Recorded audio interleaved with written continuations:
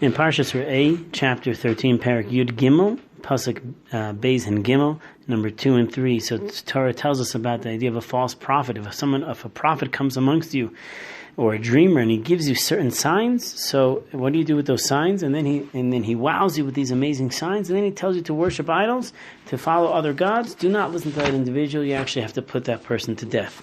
So what's going on over here? How do you have a false prophet that actually allows us to sway us? Is this just simply amazing magic? What's the story over here? So the Gemara in Sanhedrin tells us that there's a dispute. Rav Yossi Aglili and Rabbi Kiva. Rav Yossi Aglili says, look at what this Torah is telling us over here. You're going to see that a prophet is going to come. He's going to show you unbelievable miracles, real deal miracles. We're not talking about Penn and Teller. We're not talking about sleight of hand. We're talking about real miracles, whether it's walking on water or doing something else that's going to blow your mind, and it's going to be real. Rav Yossi Aglili says, you know what? God allows the idol worshippers to perform things, to change nature, to perform these things for one reason only, and that is to test you. So you're going to see somebody who's going to blow your mind, he's going to show you these amazing miracles, and yet God says if he tells you to go worship idols, to worship anything other than God, then you have to realize that is a false prophet. You are being tested right now. Don't fall for the miracle trick. But Rabbi Akiva argues on that. Rabbi Akiva says no.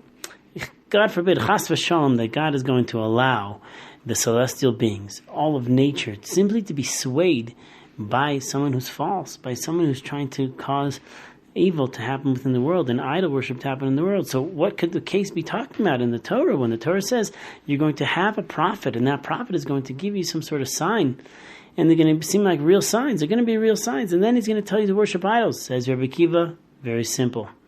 What is the Gemara? What is the Torah telling us over here? The Torah is telling us that there was a true prophet. He was a real prophet. He was following in the ways of God. That prophet, he told you the real deal, and then eventually something happened, and he became a false prophet. He became a false prophet, like the Gemara says, like Hananiah ben Azor.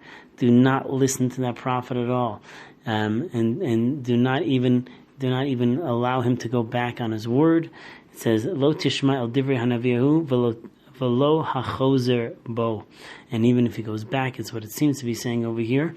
What the Gemara is telling us is there's no way that God is going to give a false prophet ability to truly trick people just to test them. Rather, what's the case? The case is simply, he was a real prophet, and he showed you the real deal stuff, and then eventually he became a false prophet. Still that person, you have to get away from your midst. But this is what the Talmud is telling us over here.